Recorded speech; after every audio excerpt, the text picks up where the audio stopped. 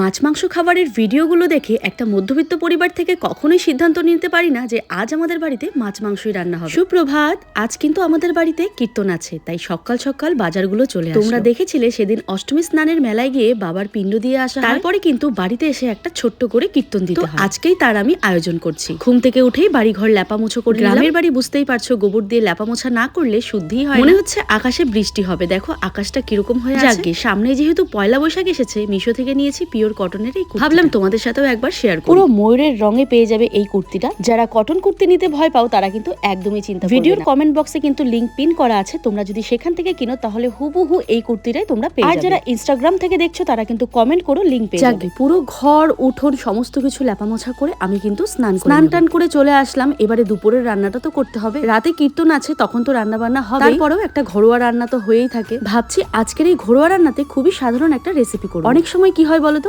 মাছ মাংসের ভিডিওগুলো দেখে এতটা লোভ হয় কি আর বলবো। মনে হয় এক্ষুনি বাজারে ছুটতে গিয়ে সেই রেসিপিটার জন্য সমস্ত জিনিস নিয়ে আসি। কিন্তু তৎক্ষণাৎই মনে হয় আজ যেই টাকাটা খরচা করে আমি এই রেসিপিটা করব, কাল ঠিক এই টাকাটা থাকলে আমার এক বেলাকার তরকারি হয়ে যাবে। এরকম মাইন্ড নিয়ে আমরা চলি। আফটার অল আমরা কিন্তু মধ্যবিত্ত। হুট করে চাইলেই কোনো রকম সিদ্ধান্ত আমরা নিতে পারি না। সব সময় ভবিষ্যতের কথা আমরা ভেবেই চলি। আজ খেলে কাল কি খাবো এটা নিয়ে তো আমাদের ভাবতেই হয়। তাই মধ্যবিত্ত পরিবারে ঘরে থাকা পটল আলু দিয়ে আমরা নানান রকম এক্সপেরিমেন্ট। তাই যেমন দেখো না, আজকে আলুটা কত সুন্দর করে ভাজা করলাম, আর এটা দেখে আমার ছেলে ভীষণই খুশি হয়েছে। আমার ছেলে আলু ভাজা দিয়ে ভাত খেতে ভীষণই ভালো। তারপর আজ একটু করছি নিরামিষ ভাবে আলু পটল দিয়ে তরকারি।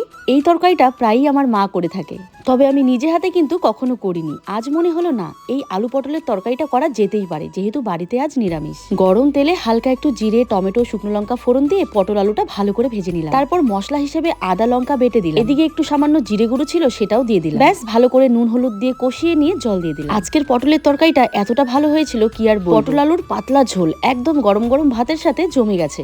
সাথে একটু করে নিয়েছি পাঁপড় ভাজা, আর নামানোর আগে অবশ্যই ঘি আর গরম মশলাও দিয়েছি। দেখো দেখো পটল আলুর ঝোলটা দেখে লোভ লাগছে না? কিরকম মনে হচ্ছে এক্ষুনি ছুটতে গরম গরম ভাত দিয়ে পটল আলুর তরকারিটা দিয়ে ভাত। আরে মনে হচ্ছে না, আমি তো ভাত নিয়েই নিলাম। তোমরাও বাড়িতে বানিয়ে খেও অবশ্যই। একদিন খেলে বলবে যে না, প্রিয়া একটা দারুণ রেসিপি শেয়ার। অবশ্যই আর এমন কি রেসিপি সবাই জানে।